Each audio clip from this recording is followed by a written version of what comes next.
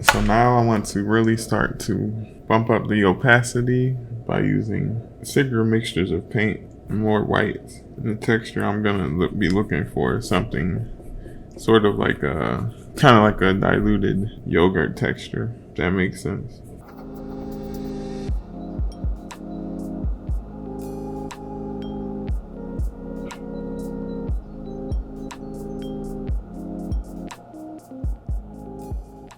And once again, I'm still using this 1-inch flat brush and mixing in different levels of white and black as I go, trying to keep in mind the value relationships that I'm seeing.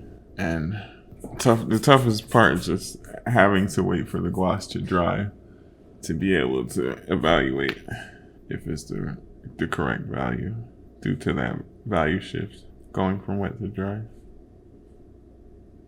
And the reason I'm building up the opacity in layers is because once you get to a certain level of opacity, it makes it a lot easier to blend the paint that's already on the paper.